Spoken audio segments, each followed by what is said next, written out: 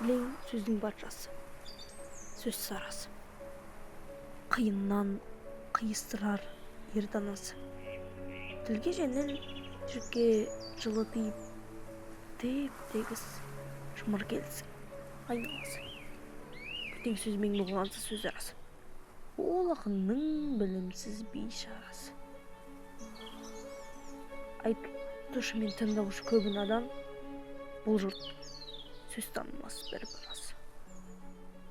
Bir hayat, hadis, сөздің басы. Қысарлы бейт мысалы келді арасы. Қайсынымен қызықты болмасы сөз, неге айтсың? Пайғамбармен бұны olmasa.